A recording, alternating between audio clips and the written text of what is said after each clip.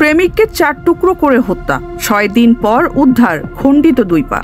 বিস্তারিত দেখুন আলেক হোসেনের পাঠানো তথ্য ও ভিডিওতে। কুমিল্লার তিতাস উপজেলায় খুন হওয়া গাড়ি চালক নজরুল ইসলাম ভূঁইয়ার খণ্ডিত 2 পা উদ্ধার করেছে পুলিশ।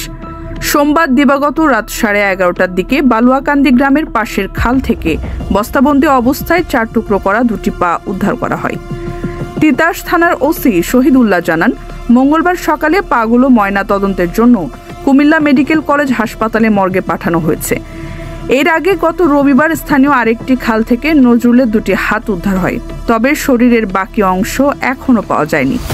এ ঘটনায় দায়ের করা হত্যা মামলায় আটক অটোরিকশা চালক হোসেন মিয়া ও তার স্ত্রী স্মৃতি আক্তারকে গত সোমবার আদালতের মাধ্যমে কারাগারে পাঠানো হয়।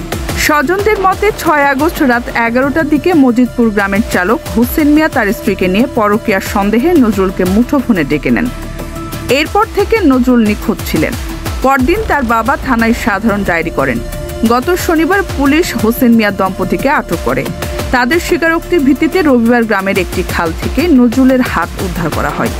পুলিশ জানায় 6 আগস্ট রাত 12টার দিকে নজরুলকে কুড়াল দিয়ে কুপিয়ে হত্যা করে 4 টুকরো করা হয়।